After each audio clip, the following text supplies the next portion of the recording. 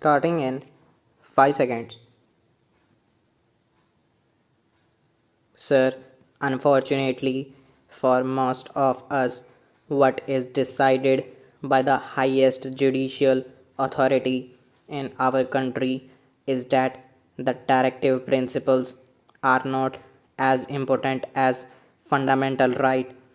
It is most unfortunate. I do not mean any criticism against my individual judge sitting. I mean criticism from the point of view of the principle adopted to decide the cases. The directive principles are not only the duties cast upon the state, they are a sort of rights available to citizens as a whole in the country, to the society as a whole. We consider the right available to an individual, and we do not consider the right available to so many individuals in the country. We are committing a mistake somewhere. They have decided that because directive principles are not justiciable, fundamental rights are more important, and when a law is made to implement the directive principles, if it goes against the fundamental right, it has to be struck down. That is most unfortunate. There is a decided case in which a Harijan student was admitted in a medical college. A law was made for that purpose. The case went to the High Court in Madras, and it decided that equality before law is not available under that act because all students should be treated equal, and so the admission was cancelled. That was most unfortunate. It is a different thing that the judgment was reversed and so many other steps were taken, and we have now in our country students from scheduled caste and scheduled tribes getting admission to medical colleges on priority. It is all there, but that a different thing. Only a few days back in this house itself, I do not mean any disrespect to the honorable members who pleaded the cause in the most beautiful, most effective manner. What have we decided? There was a law brought before this house which said that in order to protect the skull and brain of an individual, he should wear helmet. Then because of a prevailing religious and other social circumstances, certain citizens were given exemptions from this. He should, if you do this, somebody will go to the court and get an injunction against this because there is discrimination against women in this country. What was the result? The result was that the Honorable Minister had to say that the ladies would be exempted with respect to what my friend is asking us to do. I am one with him. I would be the happiest person if this is included in the chapter on fundamental rights.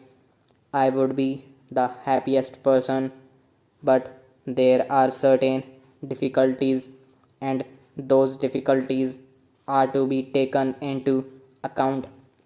My dear friend standing here said that unless you change some other provisions in the constitution, it is not going to be possible for you to implement this fundamental right.